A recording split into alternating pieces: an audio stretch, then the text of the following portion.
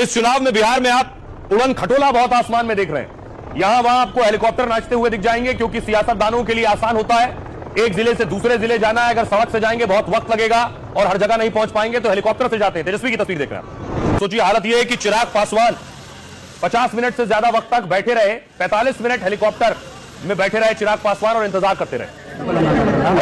इसी तरह पटना एयरपोर्ट की तस्वीर देखिए, यहां से वहां तक आपको हेलीकॉप्टर नजर आ रहे हैं। पटना एयरपोर्ट पर देखिए नेताओं के हेलीकॉप्टर है।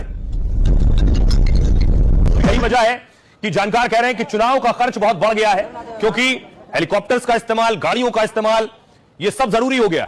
चुनाव घोषणा से पहले चरण की वोटिंग तक 1700 करोड़ रुपया खर्च हुआ और पूरे चुनाव में करीब 4000 करोड़ रुपया खर्च होने का अनुमान है।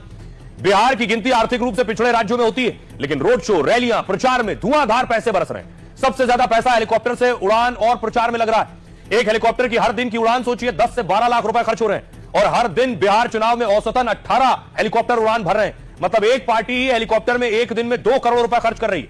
5 से 6 पार्टियों के नेता हेलीकॉप्टर से तूफानी प्रचार कर रहे हैं, तो एक दिन में हेलीकॉप्टर से बिहार में 10 करोड़ से ज्यादा खर्च हो रहे हैं। चुनाव में प्रचार के लिए महंगी गाड़ियों का काफिला इस्तेमाल हो रहा है।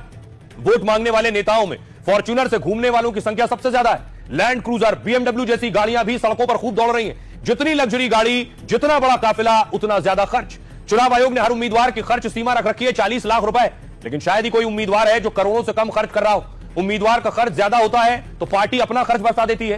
पार्टियां चुनाव के लिए ज्यादा से ज्यादा 500 करोड़ रुपए खर्च कर सकती हैं। पिछली बार बीजेपी ने 123 करोड़ और कांग्रेस ने 38 करोड़ रुपए खर्च दिखाया था, लेकिन इस बार तो वोटिंग के दिन ही 300 करोड़ रुपए खर्च होने का अनुमान है, क्योंकि हर पार्टी ने पोलिंग बूथ पर अपने एजेंट पर भी 5000 रुपए खर्च किए हैं।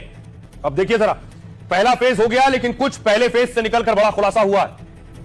मोकामा से अनंत सिंह और सूरज भान आमने सामने थे। बाहुबली अनंत सिंह जेल में, लेकिन मोकामा करोड़ों का कैश जा रहा था। अगली तस्वीर में आपको दिखाऊं, ये जो कैश देख रहे हैं आप, ये कैश मोकामा जा रहा था। अब सवाल ये है कि आखिर ये कैश मोकामा क्यों जा रहा था? क्या ये सिर्फ एक ब्रीफकेस है जो मोकामा जा रहा था, या ऐसे और ब्रीफकेस मोकामा जा चुके थे?